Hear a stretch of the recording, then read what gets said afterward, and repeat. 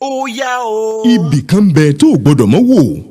wo àwọn ìròyìn wo àwọn ìṣẹ̀lẹ̀ tó ń ṣẹlẹ̀ ní nàìjíríà nílẹ̀ yorùbá ibo nípò nǹkan dídúró.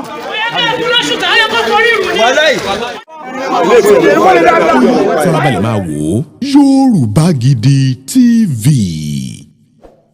ìkànnì rẹ ni o ó yá subscribe like ẹ ju kọ́mẹ̀ntì ẹ síbẹ̀ máa wò ìṣó. ọmọ kékeré ibi tó bá dà lèmi rè ibi tó bá dà lèmi ọ máa lọ ibi tó bá dà lèmi rè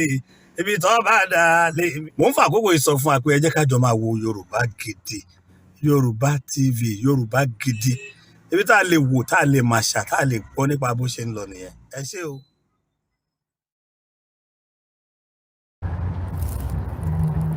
ẹ kúrọ̀lẹ́ ẹ káàárọ̀ ẹ káàsán ẹ káalẹ́.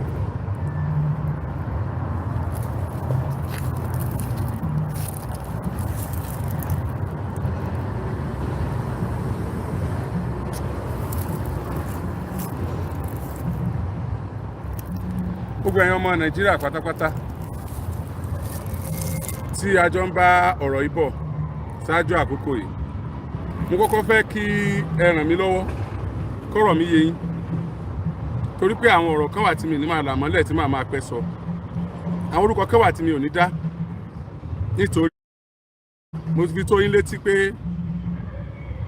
ilé ẹjọ́ kan ti ní n gbọ́dọ̀ dá sí ọ̀rọ̀ yẹn mọ́ n gbọ́dọ̀ sọ nǹkan kan pa ẹ̀ mọ́ ṣùgbọ́n ilé ẹjọ́ yẹn ìgbà tí àwọn agbẹjọ́rò tí wọ́n wà pẹ̀lú wa my legal team in my own establishment the private lawyers the good people of Nigerians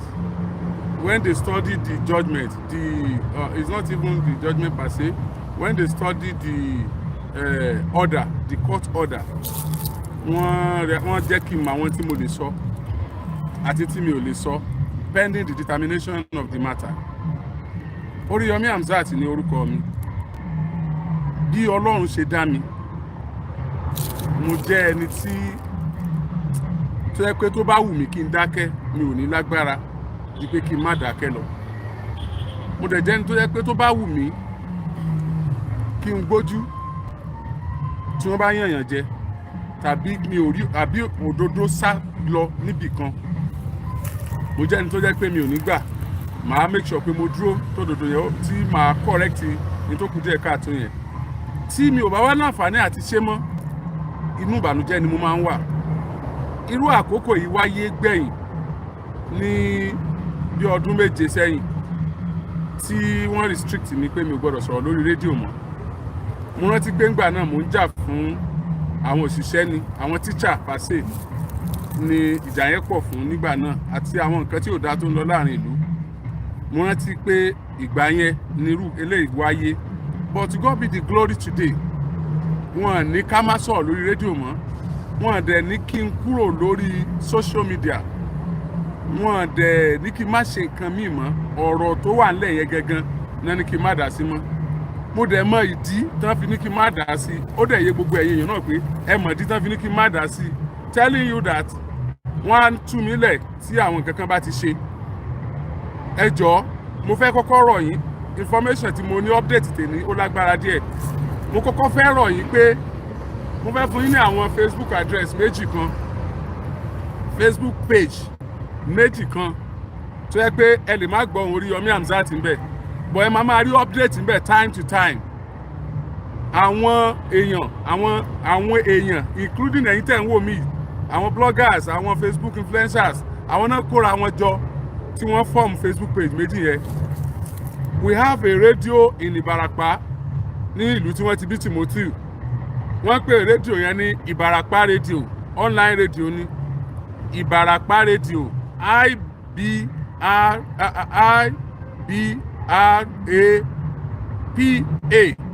Ìbàràpá radio it's an online radio mo kọ́kọ́ bẹ̀ yín torí Ọlọ́run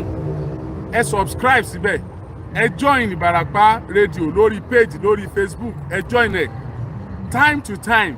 report bí nǹkan bá ṣe ń lọ àtijọ́ ṣiṣẹ́ pọ̀ wọ́n á máa fún wa ní update gbogbo nǹkan tèmi ò lágbára àti sọ mọ́ báyìí lábẹ́ òfin Ìbàràpá rédíò wọ́n wà online radio ni wọ́n tún wà lórí Facebook wọ́n wà ní page they are waiting for the license operating license from federal government to have a terrestrial radio but they have been licensed to operate an online radio Ìbàràpá radio ṣẹ̀dẹ̀ mọ̀ pé Ìbàràpá méje ni wọ́n gbogbo àwọn Ìbàràpá yẹn Èrúwà Igbóọrà Ìgàngàn Ayétẹ̀ Ìdèrè Tápà àti Dànlátẹ̀ ìlú méje yẹn ló fọ́ọ̀mù Ìbàràpá inú ìlú méje yẹn ni Timothy ti jáde which is Èrúwà so wọ́n ti fẹnukò láti máa lo rédíò yẹn Ìbàràpá rédíò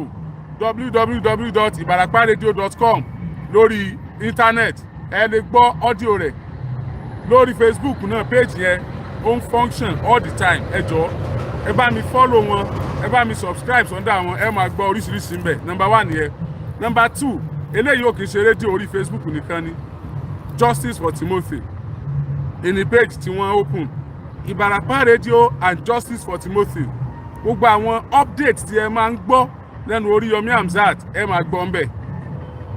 ẹ máa rí àwọn èmi ò tún pick up àwọn nǹkan míì tẹ́mi ó máa ṣe tẹ́ máa rí lẹ́nu ọjọ́ mẹ́ta yìí máa pick up àwọn nǹkan míì tí màá máa ṣe tẹ́ máa rí but Ìbàràpá radio and Justice for Timothy lórí Facebook page yẹn ẹ ti máa rí Justice for Timothy sẹ́rí Justice for Timothy yẹn àti Ìbàràpá radio yẹn ẹ jọ̀ọ́ ẹ bá mi follow méjèèjì èyí tí Justice for Timothy ò bá ti gbé Ìbàràpá radio ó gbé èyí tí Ìbàràpá radio ò bá ti gbé Justice for Timothy yóò gbé lórí ẹ̀rọ ayélujára àní kúrò lójú kan náà tá a bá sún téèyàn bá sùn kò ní sún téèyàn bá fọwọ́ lẹ́rán ìyá yín ló máa jẹ́ pa now mo dúpẹ́ púpọ̀ lọ́wọ́ gbogbo ọmọ Nàìjíríà ẹ̀yin lẹ ní ká raise fund láti gba lọ́ọ̀yà tí yóò bá wa ṣe case tó ń lọ lọ́wọ́ yìí kì í kúkú ṣe pé àní lọ́ọ̀yà tẹ́lẹ̀ ṣùgbọ́n àkàrà wò pa ló kájú ẹ̀kọ́ gírí ká mú yangan sán yangan ló lè dá yangan lára àkàrà wò pa ló kájú ẹ̀kọ́ gírí ká mú yangan sán tí nǹkan bá ń bọ̀ báyìí tí èèyàn bá ti wo sàkún rẹ̀ èèyàn náà wàá gbé ń tọ́jọ́ èèyàn ò gbé pàdé ẹ̀ so ẹni ká gba sàn ìgbà tí wọ́n sọ pé ká gba sàn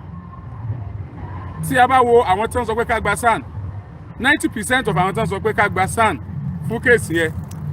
wọ́n jẹ́ àwọn tí wọ́n sọ pé ká wá barrister Femi Falana sàn ká wá wọn lọ nọ́mbà àwọn wá pọ̀ àṣẹ bí wọ́n ṣe ń pè àwa ni wọ́n ń pè àwọn náà barrister Femi Falana sàn àwọn náà tí wọ́n ti monitor kéèsì bọ̀ wọ́n dẹ̀ ti rí ọ̀pọ̀lọpọ̀ nǹkan so I'm happy to tell you now that the family of Adedoyin wọ́n ti right bàbá barrister Femi Falana family of Timothy ẹ má bínú mo sọ orúkọ ẹ pè ní o family of Timothy wọ́n ti right bàbá Femi Falana san bàbá dẹ̀ ti reply so ìtò wà ń bẹ̀ báyìí ni pé Femi Falana tẹ́ béèrè pé ká lò wọ́n ti gbà láti bá wa ṣiṣẹ́ o wọ́n dẹ̀ ti bẹ̀rẹ̀ iṣẹ́ bá a ṣe ń sọ̀rọ̀ yìí so ẹ̀yin ọmọ Nàìjíríà kọ́kọ́ fọkàn balẹ̀ pé kéèsì yẹn tí à ń fà bọ̀ ó ti wà lọ́wọ́ best hand the hand we can trust the professionalism we can rely on ká pe Ọlọ́run ká gbà ká rely lórí Ọlọ́run ká dẹ̀ rely lórí ẹni tí Ọlọ́run fi yé so bàbá barrister Femi Falana wọ́n ti take up kéèsì wa o àwọn ni wọ́n máa ṣe báyìí sàn so ká kọ́ fọkàn balẹ̀ pé Ọlọ́run ti bá wa ṣe now lẹ́yìn pé bàbá Fẹ́mi Falana wọ́n ti gbà láti bá wa ṣe èló ni wọ́n fẹ́ gbà báwo náà ṣe fẹ́ ká sanwó kí ni condition of payment tí wọ́n fún wa ṣé ká san 10 million lójú ẹsẹ̀ ni àbí ká máa san díẹ̀díẹ̀ sówó wa ti pé ni àbí ò ti pé another update network ti lọ temperature no problem so ẹ̀yin tí ẹ ń wò wá lórí Facebook tí ẹ bá rí wa wò mọ́ lórí Facebook tẹ́ ń wá káàkiri ẹ lè lọ sí orí Instagram Oríyọmí Hamzat official Oríyọmí Hamzat official tẹ́ ẹ bá wá ìwò ń bẹ̀ yẹn náà tó bá yẹ pé ẹ fẹ́ lọ sórí Instagram ẹ lè máa bọ̀ lórí YouTube wa Oríyọmí Hamzat Rescue Mission lórí YouTube tí ẹ bá tún wá lọ bẹ̀ yẹn ẹ lè máa bọ̀ ní Ìbàràpá rédíò ẹ lè rí wa wò ní àwọn ibi tí mo sọ yẹn lọ́wọ́lọ́wọ́ báyìí. Now bàbá Fẹ́mi Falana gbọ́ láti wá sowó bàbá Fẹ́mi Falana barrister Fẹ́mi Falana SAN wọ́n fi dá wa lójú pé ẹja kan ṣe báyìí ná èló la pa èló lówó tí ó ti dé padà èló lówó tí àwọn èèyàn san wọlé èló lówó tí àwọn èèyàn fi contribute fún Ayubak mo fẹ́ kó padà dé kí n tó ṣe léyìn ni o èló ni owó tí àwọn èèyàn san wọlé ẹ̀yin tẹ́ wà lórí Facebook tí fóònù yẹn bá ti gbóná tó bá ti sá lọ padà ẹ lọ sí Ìbàràpá rédíò ẹ rí wò ń bẹ̀ àbí ká ẹ máa lọ YouTube wa Oríyọmí Hamzat Rescue Mission àbí ká ẹ lọ sí Instagram Oríyọmí Hamzat official so ìkànnì mẹ́tẹ̀ẹ̀ta Ìbàràpá rédíò on your Facebook page ni o ṣe àdúgbò.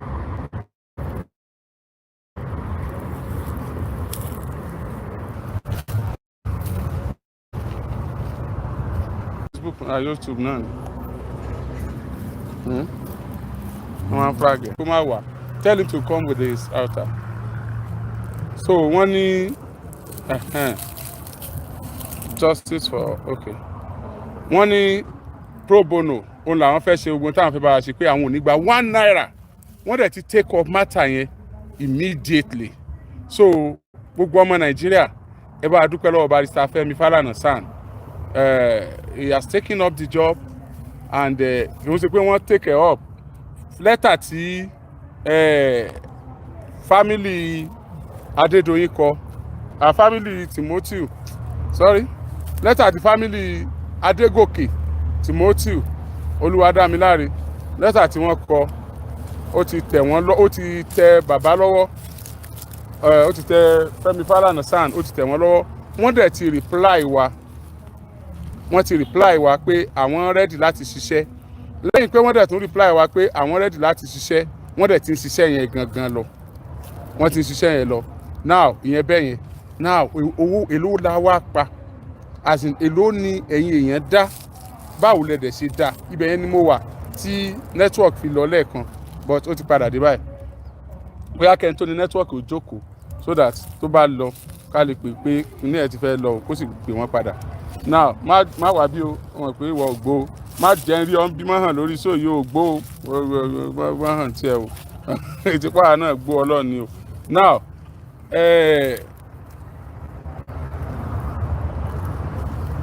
àpò àsùnwọ̀n tá a fi síta pé kí ẹ̀yin èèyàn kẹ́ bá wa fowó sí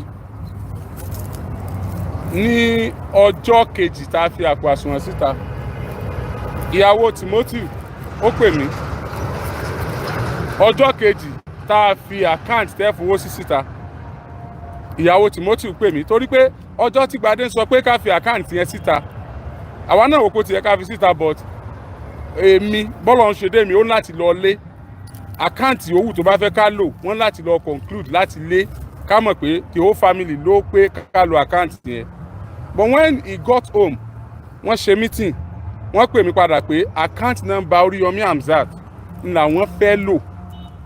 fún owó yẹn pé màá dẹ̀ mọ̀ bí a ṣe rí lọ́ọ̀yà bí a ṣe lọ fún wọn lówó kí máa fi àárín yẹn dúpẹ́ lọ́wọ́ gbogbo ẹ̀yin èèyàn jákèjádò àgbáyé tí ẹ bẹ̀rẹ̀ sí ní sẹ́ndì nọ́mbà barrister Fẹ́mi Falana tẹ́ ń sẹ́ndì nọ́mbà wọn sí wa tẹ́ ń sẹ́ndì nọ́mbà wọn nọ́mbà yẹn pọ̀ o àṣemọ́ṣe ń disturb tiwa náà ń disturb àwọn náà so he decided to take up the job wa àti ẹ̀ lágùn púpọ̀ àṣe wàhálà torí pé ẹ̀yin èèyàn ẹ ti bá wọn sọ̀rọ̀ káwa gan tó bá wọn sọ̀rọ̀ ó easy wọ́n ṣe dáadáa púpọ̀ kọ́lọ̀ má bà nǹkan bàbá yẹn jẹ́ gbogbo tí wọ́n rí tó ń dùn wọ́n nú láyé kọ́lọ̀ má jẹ́ ó dìbànújẹ́ fún wọn. ní ọjọ́ kejì tí ọ̀rọ̀ yẹn ti ṣẹlẹ̀ tí wọ́n bá ní 10 million ní ká mú wá tí owó ọ̀bá tiẹ̀ tí pé á wá a mọ̀ pé a fẹ́ wá kó pé ṣùgbọ́n mo fẹ́ fi tó yín létí pé lénìí in fact kó tó di pé a gbé àkáǹtì jáde láti fún wa 500,000 wọ́n send sí àkáǹtì mi wọ́n wá ní pé tí wọ́n bá ti gbé àkáǹtì yẹn jáde o kí n send owó yẹn síbẹ̀ so àwọn fámìlì Timothy wá ní pé ìgbà tó lọ ṣe meeting wọn ti mọ̀ pé ó kankan wà lákàǹtì mi you have to call me back that night pé Alhaji ẹ go on with that fund soliciting àbí whatever kẹ go on with it crowdfunding yẹn ẹ go on with it láàárọ̀ ọ̀la ẹ dẹ̀ lo account number yín mo ní ok mo bá yàwó sọ̀rọ̀ ó ní bẹ́ẹ̀ ni mo bá Gbadé sọ̀rọ̀ ó ní bẹ́ẹ̀ ni ó gbé fóònù fún àwọn mọ́mì àti dádì wọ́n ní bẹ́ẹ̀ ni ok tá a bá máa go on with that kí la máa ṣe wọ́n ní ìwọ bá mi create GoFundMe tán máa ṣe ó ní yóò máa pẹ́ kán tó approve ẹ wá já ṣe bẹ́ẹ̀ mi ṣe mọ̀ ṣe a bẹ̀rẹ̀ a ṣe Ọlọ́run ní kí àwọn èèyàn gbà wọlé mo dẹ̀ pé àwọn Gbadé mi délì pé èèyàn kan ti send 500,000 sí àkáǹtì mi before o wọ́n ní ká lo àkáǹtì yẹn náà pé náà wọ́n decide pé ká lò fine a rí n tó 500 mọ́ ṣùgbọ́n àwọn èèyàn ó ní 1,000 ó ní 2,000 ó ní 10,000 ó ní 20,000 ó ní 500 naira ṣé kí n má tàn yín to God be the glory bí mo ṣe ń bá yín sọ̀rọ̀ yìí owó tó wà ní àkáǹtì yẹn ó ti lé díẹ̀ bóyá bí mo rí 200,000 kí n tó wá tó fi lé bí 200,000 tó fi lé bí mo ṣe ń bá yín sọ̀rọ̀ yìí a ti rí owó bíi ó lé 200,000 lẹ́ẹ̀kan 17 million naira 17 million and 200 17.2 yeah mo sure of that 17.2 million òun láti rí ní àkáǹtì yẹn 17.2 million ẹ wá jọ ẹ̀rí tí bó iṣẹ́ ìbẹ̀rẹ̀ náà kí ti bá wọn sọ̀rọ̀ tí wọ́n fi wá ẹ tó bá ti wà ń bí tẹ́lẹ̀ 17.2 million naira òun lówó tó ti wà ńlẹ̀ báyìí mi ò mọ̀ bóyá àwọn míì ń bọ̀ tí mi ti rà látò but as bí mo ṣe ń bá yín sọ̀rọ̀ yìí 17.2 million naira ó ti wà ní àkáǹtì yẹn mo wá bẹ̀ yín torí Ọlọ́run ẹ̀yin tẹ́ ẹ̀ tí send owó ẹ̀yin tẹ́ ẹ̀ ń rò pé ẹ fẹ́ send tẹ́ ẹ̀ ń wò bẹ́ẹ̀ ṣe fẹ́ ṣe ẹ má send owó kankan mọ́ ẹ má ṣe ok mo fẹ́ sọ wọn kan ìyàwó Timothy pè mí ó ní wọ́n ń send àwọn owó kan sákàǹtì òun èèyàn kan send 250 kan àwọn kan send owó kan mo ní owó yẹn ó ní ṣé kò ń send ẹ̀ sákàǹtì tàbí gbowó keep it there èyí tó bá ti wọ ọbẹ̀ yẹn tún wọ ọbẹ̀ yẹn náà ní àkáǹtì owó tá à ń send tẹ́lẹ̀ pé fún ọjọ́ ọ̀la àwọn ọmọ fún ẹ̀yin ẹbí náà ni but fortunately for us gbogbo èyí tí a send tẹ́tí send náà barrister Femi Falana san wọ́n ní ká kó fún àwọn ẹbí Timothy kó kún èyí tí wọ́n ti gbà tẹ́lẹ̀ pé àwọn tí ò tí ì fún wọn lówó tẹ́lẹ̀ fún pé a fi tù yín lójú o kí àwọn ọmọ rẹ fi ṣe dáadáa o kẹ́bí yẹn fi dúró dáadáa o pé a jẹ́ pé Ọlọ́run ní káwọn náà fi kún nìyẹn so additional 17.2 million naira ó ti wà ńlẹ̀ báyìí fún àwọn ẹbí tá a kó fún wọn mo wá bẹ̀ yìí torí Ọlọ́run it might not be ideal bí mo ṣe sọ yìí but èmi ò sọ nature tèmi bẹ́ẹ̀ mi ṣe máa ń ṣe nìyẹn kò ń ṣe pé bóyá mo gbọ́n àbí mo mọ̀ ọ́n ṣe ló jẹ́ sọ bẹ́ẹ̀ owó kan tún wọlé o 5,000 tó ti wọlé báyìí 5,000 kan tún wọlé báyìí ẹ jọ àní ẹ̀yin tẹ́ ẹ̀ bá tí ì send owó tẹ́lẹ̀ ẹ má send owó sákàǹtì yẹn mọ́ ìdí tá a fi gbé kalẹ̀ ni pé fún àwọn lọ́ọ̀yà tá a fẹ́ gbà aláwọn lọ́ọ̀yà tá a fẹ́ gbà tẹ́ ẹ ní àgbà gangan wọ́n láwọn ò gbowó wọ́n lọ́fẹ̀ẹ́ ni owó tá a sì ti gbà wọ́n ní ká kó fún ẹbí Timothy kó kún owó tí ó wà lọ́wọ́ wọn so 17.205 5,000 kan tó ti kún báyìí so mo mọ̀ pé àwọn ó dáìkì kó tó ti increase o but minimum of 17.2 million naira ó ní owó tí àwa kò fún wọn báyìí ẹ wá jọ ṣe pé tí mo bá ń raise fund fún yàn tó bá ti tó màá bẹ̀ yín kó ti tó ẹ jọ̀ọ́ ẹ má send owó kankan sí àkáǹtì yẹn mọ́ for now ẹ má send owó kankan sí àkáǹtì yẹn mọ́ tí a bá tún fẹ́ lo àkáǹtì yẹn fún nǹkan míì lọ́jọ́ ọ̀la á jẹ́ kẹ́ ẹ gbọ́ owó tí ẹ send bóyá ó ti tó bóyá kò tí ì tó òun kọ́ ní issue báyìí bó tó o bí ò tó o bí wọ́n máa ń gbà jù bẹ́ẹ̀ lọ o bí wọ́n kì í gbà tó bẹ́ẹ̀ o wọ́n láwọn ò tiẹ̀ gbowó. Barrister Femi Falana san lẹ́tà tí ẹbí Timothy kọ sí wọn ẹbí Adégòkè Timothy tán kọ sí wọn kọ́pì ẹ̀ ti wà mo ti send èèyàn kan send 2000 nìsín nígbà mo lówó ti tó ẹjọ́ ẹ má send ẹ̀ mọ́ ẹjọ́ bóyá àwọn yẹn ti wá hang tẹ́lẹ̀ tí wọ́n ṣẹ̀ṣẹ̀ ń wọlé náà ti send ẹ̀ tẹ́lẹ̀ ni a jẹ́ pé ó súnmọ́ kọ́ pé tábà kówó fún wọn gan Ọlọ́run lè pé ó tún jù bá ń lọ ó lè bẹ́ẹ̀ jẹ́ bí 18 káwọn míì tó ti san tẹ́lẹ̀ tí ò ti wọlé ẹ jọ̀ọ́ ẹ má send owó mọ́ ní tí ẹ mọ̀ bá ń send sí o ní àdúrà fún Barrister Femi Falana san àti àwọn èèyàn wọn. Brọ́dà wa kan láti ìlú òyìnbó wọ́n bá mi sọ̀rọ̀.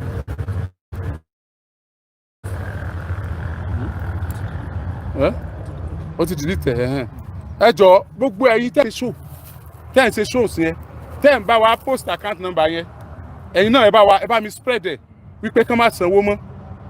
ẹ bá mi spread ẹ̀ pé owó tá a nídìí owó fún o àwọn tó fẹ́ gbà wọ́n láwọn ṣe lọ́fẹ̀ẹ́ 17.2 million naira òun ló ti wà ńlẹ̀ tá a kò fáwọn ẹbí yẹn báyìí so tí mi bá tún wọlé náà màá hand over fún wọn but now ẹ má sanwó kankan mọ́ lẹ́tà tí ẹbí Timothy tí wọ́n kọ sí Barrister Femi Falana san mo ti spread ẹ̀ torí pé mi láǹfààní àti máa ṣe show nígbà yẹn mo ti spread ẹ ti máa rí lórí social media àwọn yẹn ti lọ káàkiri tá a bá parí show yìí ẹ máa rí lórí Facebook lórí Instagram mi Oriyomi Hamzat official màá send letter yẹn sórí Instagram mi tẹ́ máa rí so tí ẹbí kọ tí Barrister Femi Falana tán dẹ̀ fi agree wọ́n làwọn ó ṣe fún wa pro bono láì gbowó kankan so ẹ ṣé gan ni o ẹ máa bá a follow kéèsì lẹ́ẹ̀kan sí ẹ gbọ́ ẹ máa rí gbogbo tó bá ń lọ lórí YouTube Oriyomi Hamzat rescue mission a máa report n tó ṣẹlẹ̀ ń court ṣe ẹ gbọ́ máa report n tó ṣẹlẹ̀ ń court lórí àwọn pages mi kí ni ó ṣẹlẹ̀ Tuesday ẹ gbọ́ èyí tó bá tún ṣe ẹ gbọ́ I am a journalist trained one a broadcaster trained one I know what to say and what not to say ẹni tó bá ń bínú lọ́wọ́ àbọ̀rọ̀ mi bá mú ọjà ajẹ́ bẹ́ẹ̀ ṣe lè pàdé mi lórí Oriyomi Hamzat rescue mission lórí YouTube lórí Facebook ẹ pàdé gbogbo àwọn tó ń lọ gan tẹnu tèmi ò gbà mọ́ torí restriction yẹn ẹ máa rí ní Ìbàràpá rédíò ẹ join ẹ follow ẹ Ìbàràpá rédíò àti Justice for Timothy lórí Facebook méjèèjì náà wà ẹ follow ẹ máa róríṣiríṣi ńbẹ̀ ẹ dẹ̀ máa rí link Justice for Timothy yẹn àti pin ẹ sórí YouTube wa ẹ lè ti bí kẹ́ join ẹ bákan náà lórí Instagram mi Oriyomi Hamzat official ẹ máa rí ńbẹ̀ so àtòrí Facebook mi oriyomihamzat.com nǹkan tá a ní láti sọ for now nìyẹn kí n summarize ẹ Barrister Femi Falana wọ́n ti take up case yìí wọ́n dẹ̀ láwọn gba 1 naira gbogbo ẹ̀yin tẹ́ ẹ send owó sí wa ẹ má send owó mọ́ owó tá a ti rí jẹ́ 17.2 million naira a kò fún family Timothy ẹ̀yin tẹ́ ẹ bá fẹ́ send owó àkáǹtì ìyàwó Timothy tá a filẹ̀ tẹ́lẹ̀ ẹ má send owó sí àkáǹtì tọ̀dọ̀ wa tá a lò mọ́ ẹ ṣé gan ni o God bless you ọlọ́run ní fi yín sílẹ̀ o Oriyomi Hamzat lórúkọ mi. ó yá o. ibì kan bẹ tó o gbọdọ̀ mọ́ wò wo àwọn ìròyìn wo àwọn ìṣẹ̀lẹ̀ tó ń ṣẹlẹ̀ ní Nàìjíríà nílẹ̀ Yorùbá ibo ní pọ̀npọ̀n dídúró.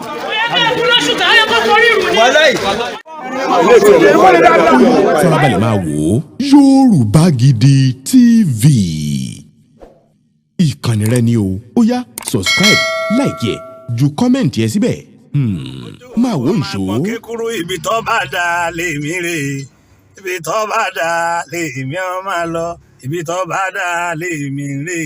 ibi tó bá dá lèmi. Mò ń fa àkókò ìsọ fún wa pé ẹ jẹ́ ká jọ máa wo Yorùbá Gidi, Yorùbá TV, Yorùbá Gidi, ibi tá a lè wò, tá a lè màṣà, tá a lè gbọ́ nípa bó ṣe ń lọ nìyẹn. Ẹ ṣé o.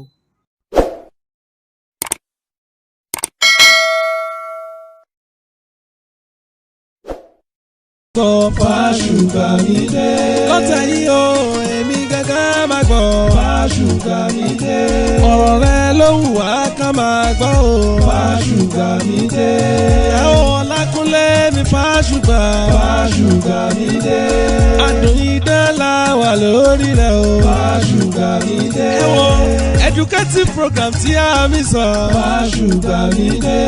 Àwa ò ní kólókó máa ròkò. Fáṣùgbà mi dé. Àwọn dẹ̀ní kọ́lọ́nà máa yẹ̀ lọ. Fáṣùgbà mi dé. Àwọn tó bá roko kó máa gbọ́ wa lọ. Tó bá yẹ̀nù kó máa gbọ́ wa lọ. Ẹ Ọlákúnlé mi ọmọ Fáṣùgbà o. Fáṣùgbà